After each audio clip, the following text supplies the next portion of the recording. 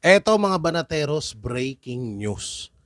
Isusunod naman nila, talagang uubusin ho nila lahat ng majority, no? Dahil para tuluyan na talagang ma-impeach si VP Sara at hindi na sila mamroblema sa darating na 2028 election at maisagawa na nila ang pagiging Prime Minister ni Marcos Jr. or ni Martin Romualdez. Alam naman ho natin kamakailan lang ay si Jinggoy Estrada ho yung puntirya nila. At syempre, si Senator Chis Escudero. Andyan din si Senator Bato de la Rosa na hinahanap nila at sinasabihan nila na pugante. Andyan din si Senator Bongo na sinasabi nilang siya naman ang isusunod na aarestuhin, bababaan ng warrant of arrest ng ICC. So talaga ay uubusin ho nila etong majority. So ngayon, ang kasunod naman ay etong pong si Rodante, si Senator Rodante Marcoleta.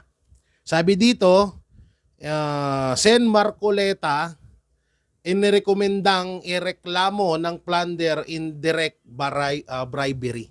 Sabi daw ng ombudsman.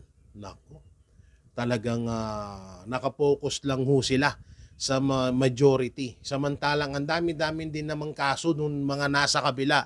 Meron nga dyan convicted pa. 'Di ba? At meron pa nga diyan tawag dito di umano ay tumanggap ng 50 million doon sa nangyaring botohan or eleksyon nung 2025 senatorial. 'Di ba? At tinuturo din na kasama din sa mga tumanggap sa mali-malitang pera pero hindi iniimbestigahan ng ombudsman.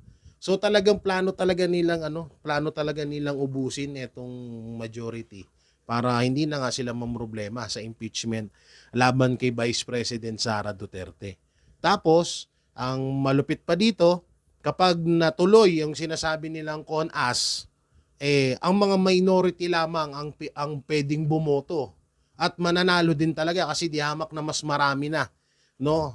Mas marami na yung kampo nila, mas marami na yung kampo nila tawag dito nila Kiko, nila Bamakino. Siyempre, tuloy-tuloy na yung plano nila sa CONAS. So talagang may plano talaga silang ubusin itong majority ngayon. Si Senator Rodante Marcoleta naman ang kakasuhan nila ng plunder. Ang tanong dito, sino naman kaya ididikit dito kay Senator Rodante Marcoleta? Yung kay Romualdez tsaka kay Bunuan. Asan na yung sabi niyo kakasuhan niyo si Romualdez at si Bunuan, di ba? Hanggang ngayon mukhang mauuna pa atang maaresto si Senator Bato at mas mauuna pa atang makasuhan si Senator Marcoleta kaysa kay Romualdez.